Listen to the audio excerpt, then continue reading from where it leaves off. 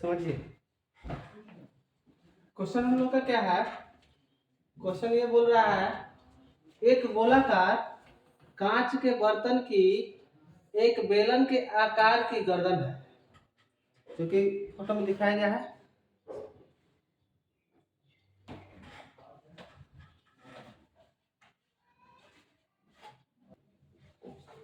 देखिए गोलाकार बर्तन है जिसके ऊपर क्या है, एक बेलन के आकार की गर्दन है।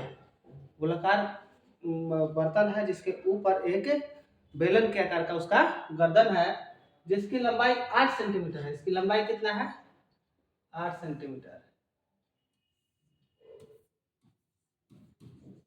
8 सेंटीमीटर है, ठीक है।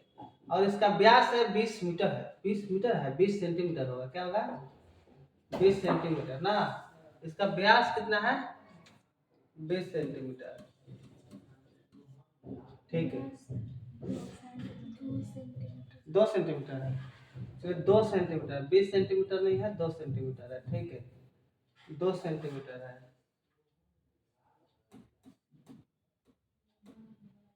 2 सेंटीमीटर है व्यास, ठीक है। जबकि गोलाकार भाग का व्यास दिया हुआ है कितना, 8.5। यहाँ से यहाँ तक का व्यास दिया हुआ है, ये कितना है व्यास, 8.5, 8.5 सेंटीमीटर है, ठीक। इसमें भरे जा सकने वाली पानी की मात्रा माप कर एक बच्चे ने यह ज्ञात किया कि बर्तन का आयतन कितना है। बर्तन का आयतन कितना है, दिया हुआ है, कितना दिया हुआ है, 345। कितना दिया हुआ है, 345 दिया हुआ है।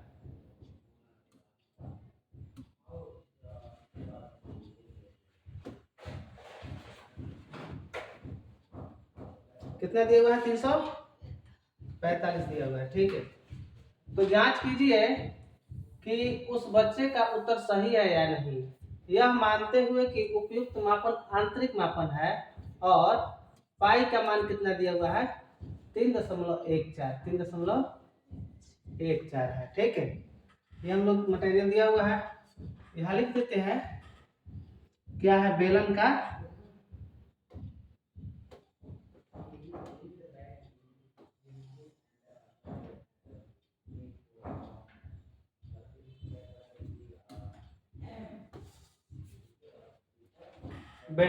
बेलन के लिए यहाँ लिख देंगे बेलन, ठीक।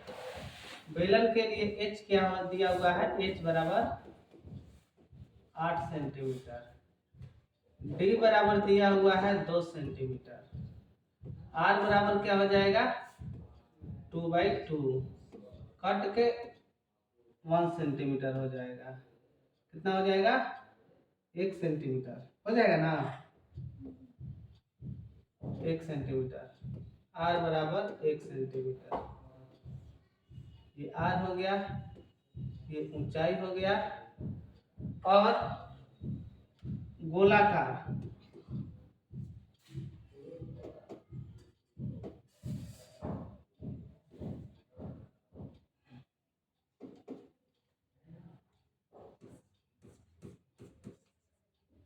गोले का व्यास,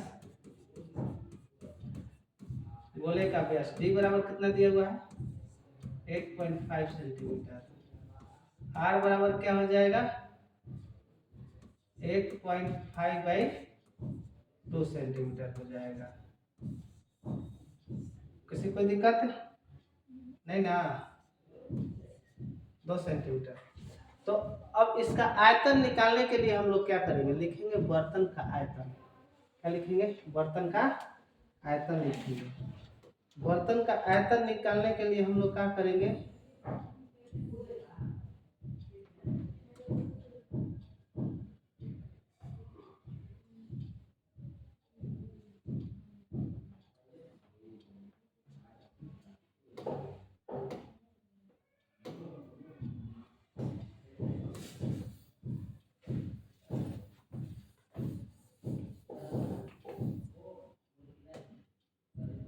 ये पाई है हम लोग का, ये है 2 सेंटीमीटर, और कुछ नहीं ना, ठीक है। लिखेंगे बर्तन का आयतन बराबर बर्तन में, सॉरी लिखेंगे बर्तन में आ सकने वाली पानी।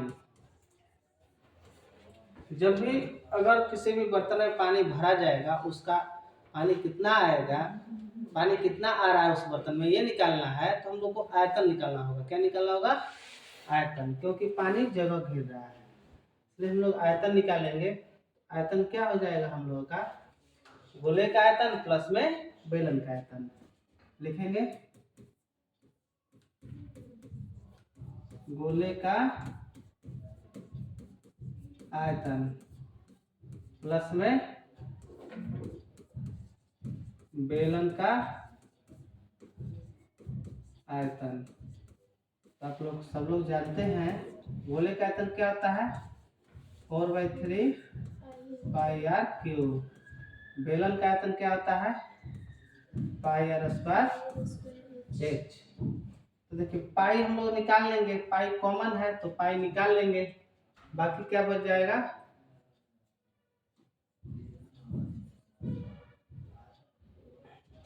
जो बच जाएगा सो बच जाएगा। पाई कॉमन निकाल लेते हैं तो क्या बच गया? 4/3। आर नहीं, आर इसका कुछ और है, उसका कुछ और है, तो आर नहीं निकल सकता है। 4/3 आर क्यूब प्लस में यहाँ बचा आर स्क्वायर एच बचा। आगे बढ़ते हैं। पाई का मान रखेंगे 3.14, मान दिया हुआ है। यहाँ लिख लेंगे पाई बराबर 3.14। 4/3 आर का मान, ये गोला है, गोले का आर का मान दिया हुआ है, मल्टीप्लाई 8.5/2 मल्टीप्लाई 8.5/2 मल्टीप्लाई 8.5/2। 3 बार लिखेंगे क्योंकि आर क्यूब है। यहाँ प्लस आर स्क्वायर का मान, सॉरी आर स्क्वायर हो जाएगा, ये बेलन है, बेलन के आर का मान 1 दिया हुआ है, तो 1 मल्टीप्लाई 1 करेंगे हम लोग, 1 मल्टीप्लाई 1, और फिर से मल्टीप्लाई एच का मान दिया हुआ है हम लोग का 8, एच लिख लेंगे हम लोग, 8 लिख लेंगे। ये रहा। चलिए अगर कटने वाला रहेगा तो कटाएंगे। देखिए 2 से 2 बार में कटा, फिर ये 2 से 2 बार में कट गया, कट गया।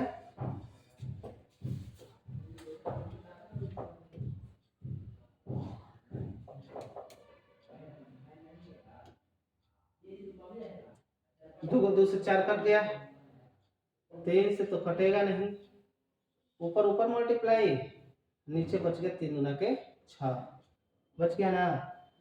चलिए अब यहाँ सोल्व करते हैं हम लोग।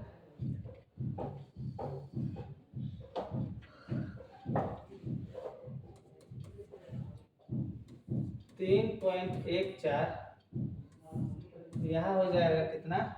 8 गुणे 8 गुणे 8, यानी 8 में 8 से गुणा करेंगे तो चलिए गुणा कर लेते हैं। 85 और 85 का गुणा करना है, सबसे आसान तरीका 25 हो जाएगा। 8 से 1 ज्यादा कितना होगा? 9, 9 में 8 से गुणा करेंगे, 9 8 है 72, 72 25 हो गया। अब फिर 85 से गुणा करना है, तो 85 से तो मल्टीप्लाई करना पड़ेगा। 50 25 हासिल 2, 15 10 2 12 हासिल 1, 15 10 1 11, 7 5 1 35 1 36, 8 5 1 40, 8 गुना 16 4 20, 8 गुना 16 2 18, 8 7 1 56, 56 1 57, 5 2 1 14 की 4, 10 1 11 5 61 41 25, क्या आया? 61 41 25। 1 नंबर 2 नंबर 3 नंबर के बाद हम लोग का पॉइंट हो जाएगा। यहाँ पर पॉइंट हो जाएगा, बट्टा में हो जाएगा 3 दूना के 6 प्लस के 8, एक में एक से गुणा करेंगे एक से 8 में गुणा करेंगे 8, इसके नीचे 1 हो जाएगा। तो यहाँ बट्टा का क्या बना लेंगे, जोड़ बना लेंगे, आराम से बनाने के लिए बट्टा का जोड़ 3.14, 6 एलसीएम हो जाएगा 6 14.125 प्लस में 8 छके 48। समझ में आ रहा है, कोई डाउट? अब 6 से ये कटे, 6 5 के 30, तो कट नहीं रहा है, चलिए 7 1 8 नहीं कटेगा, आगे देखिए। अब जोड़ेंगे तो क्या मिलेगा हम लोग को, 3.14 गुणा नीचे 6 हो जाएगा, पॉइंट 125 तो लिख लेंगे हम लोग, 8 4 12 के 2 हासिल 1, 4 1 5 1 हासिल 6, ये हो जाएगा 6। ठीक है, अब इसको हम लोग को सोल्व करना है। 6 6 2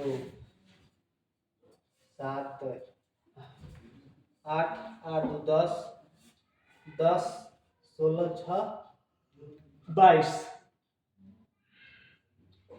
6 से भी नहीं कट रहा है, मल्टीप्लाई करके हम लोग को क्या करना पड़ेगा, डिवाइड करना पड़ेगा।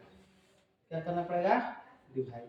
चलिए 2 से काटिए ना, 2 से ये कट रहा है, देखिए 1 से 2 बार में गया, 5 दूना के 10 और फिर 10 1 7 दूना के 14, ये कट जाएगा, 3 दूना के 6, 3 से नहीं कट रहा है, तो चलिए फिर से कटाते हैं। आया कितना है, 300 कुछ आया है, कितना है, 345 सेंटीमीटर क्यों आया है, पानी का आयतन। कह रहा है इस बर्तन में, बच्चे ने यह ज्ञात किया कि बर्तन का आयतन इतना है, और ये हम लोग का 600 आया है, और इससे मल्टीप्लाई करना है, डिवाइड भी करना है। तो देख रहे हैं कि हम लोग मल्टीप्लाई करके डिवाइड करेंगे फिर भी इतना नहीं आएगा, आएगा इतना नहीं ना। तो बच्चे द्वारा अनुमान लगाया गया यह क्या है, गलत है। बच्चे द्वारा अनुमान लगाया हुआ क्या है, यह गलत है। मल्टीप्लाई करके अगर हम लोग डिवाइड करते हैं 3 से, तो इससे इतना नहीं आएगा, 6 से 6 इतना आएगा नहीं, 345 नहीं आएगा। तो बच्चे द्वारा लिखेंगे, लास्ट में हम लोग क्या लिखेंगे, बच्चे द्वारा लगा दिया गया आंसर गलत है।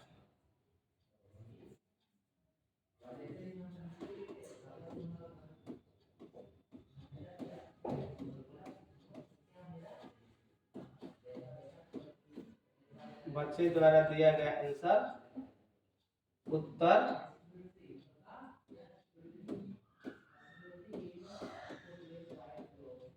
गलत है।